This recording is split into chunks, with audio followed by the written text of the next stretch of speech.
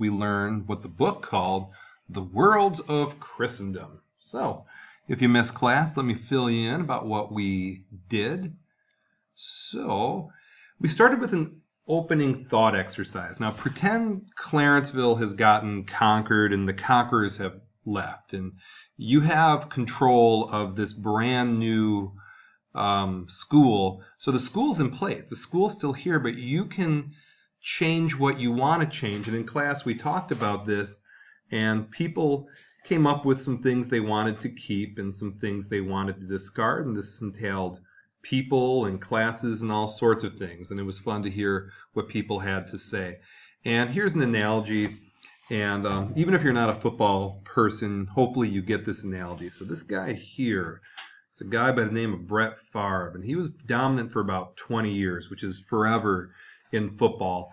However, he did some things that probably weren't so good. He got involved with some drugs, and he was very reckless at times on the field and had some acts of impropriety off the field, but a lot of stuff he did really, really well.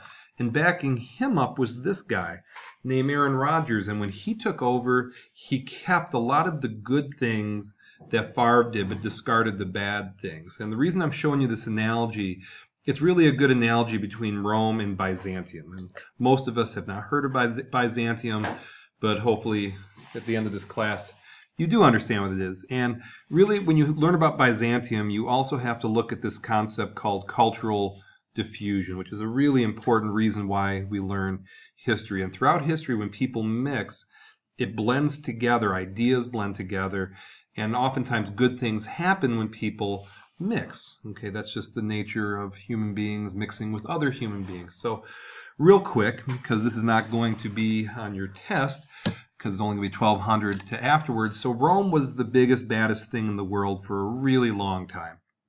It lasted over 1,000 years. But eventually it gradually breaks down for a lot of different reasons, infighting, and people made some pretty poor decisions up top, and barbarian groups of what they call barbarians were wearing them down, and Rome eventually falls. Okay? Now, in 330, Emperor Constantine built a new capital of Constantinople, and this goes on to be the hub of Byzantium, the main home base of Byzantium. So, Rome falls in 476, but it has all of this area, okay, this huge amounts of area. And what happened to old Rome, it got broken into two. The western part, at this time, had these barbarian groups who were running Western Europe, but the eastern portion was something called Byzantium, a lot more organized than the West. And like I said, Byzantium positioned itself at its hub in Constantinople, which was a hugely important city. It was a hub on the Silk Road. It was what, Paris or Tokyo or New York City is today. Just a hugely important city at the world at the time. Now, it reached its peak under this guy, Emperor Justinian. Now, he had total rule, total control. Normally, that's a bad thing. However, logically, if you have a really good person who's running the show, good things happen. Oftentimes, emperors don't end well. This is probably the exception, but Justinian was an excellent emperor, very bright, and made good decisions. And probably the most important contribution was something called the Justinian's Code, which was a set of laws which became the basis of civil law, remedying issues with money and restitution and not criminal, throwing people in jail cells and whatnot, or chopping off hands like the ancient world. And it was the foundation of international law. And when you look at the Byzantines, I think an example of how they were doing their thing is their Church of the Hagia Sophia. And the Church of the Hagia Sophia, as you can see, is this beautiful, beautiful building. And I have not been there personally, but people who I've spoken to who have gone there said it's just absolutely awe-inspiring. But you can see they took the best of the Greeks, the best of the Romans, and the best of the Middle Eastern world. So you see this Greek symmetry, this perfect symmetry. You see the Roman dome, the Roman arch, and you see these minarets off to the side. So my point of this is a visual representation of how the Byzantines used cultural diffusion and blended good ideas together. Now, probably the most important turning point in the Byzantine era happened in 1054 when the Roman Catholic Church split into two. So, logically, you're stronger united than divided. And the church split in two, with the original Roman Catholic Church staying into the west, and the Eastern Orthodox Church breaking apart. And this schism has not been reconciled to this day.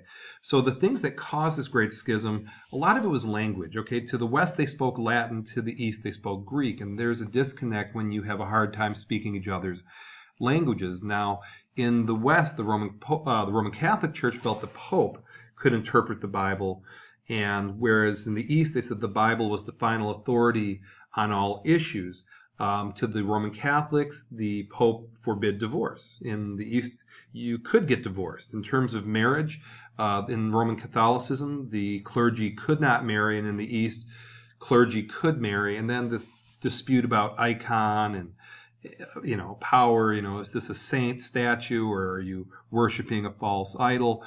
These sorts of religious differences. But this split was a game changer into the story. So eventually the Byzantine Empire does fall after a very long time, about an 800-year run, which goes on to be the Ottoman Empire, a big turning point when Constantinople turned into Istanbul, which is in modern Turkey. This is a shift, which we'll get into the future. And, again, the Byzantine, did a good job preserving the past. They kept Greek and Roman culture alive, the good parts of it. Also is the root of what becomes Russia. Russian roots are Byzantine roots, and these Byzantine ideas were the foundations of Eastern Europe and Russia. And the book emphasized these people, and I can see these people being on the test. The Kievan Rus. Now, the Kievan Rus was a powerful empire during the Middle Ages and centered on the city of Kiev, which is in Ukraine today, and it served as a foundation in the beginning of Russia and the Ukraine. So this became one of the world's turning points, this hub where people were mixing. And again, when people mix, things happen. Okay. The Byzantines also gave Russia a written language, and it's called the Cyrillic Alphabet. It's very different than the Latin alphabet that we use. Okay. In fact, it's hard to recognize any of the basic letters from the Cyrillic Russian alphabet, which is still used today. Also, these Byzantines carried Christianity through Russia, through Eastern Europe, and it spread Christianity in a much, much wider geography than had been before. And another big influence of the Byzantines was this idea of a czar. Now, czar is the Russian word for Caesar. And starting with these Byzantine czars, we see czars happen in Russia all the way until 1917 with the Bolshevik Revolution. So really what we learn about the Byzantines, these are the foundational ideas of what becomes Russia and Eastern Europe. So last slide, main takeaways. Hopefully you got this from class. The Byzantine Empire had its influence in the development of history. Emerging out of the once very strong Roman Empire, the Byzantines developed a written set of laws called Justinian's Code. They influenced the art and the architecture of the time. And here's probably the main point. The Byzantine Empire preserved the good aspects of Greece, Rome, and the Persian world, as well as influencing what became Russia and Eastern Europe. And if you got those two main points, the mission accomplished for today. So I appreciate you watching, and I hope you are all well.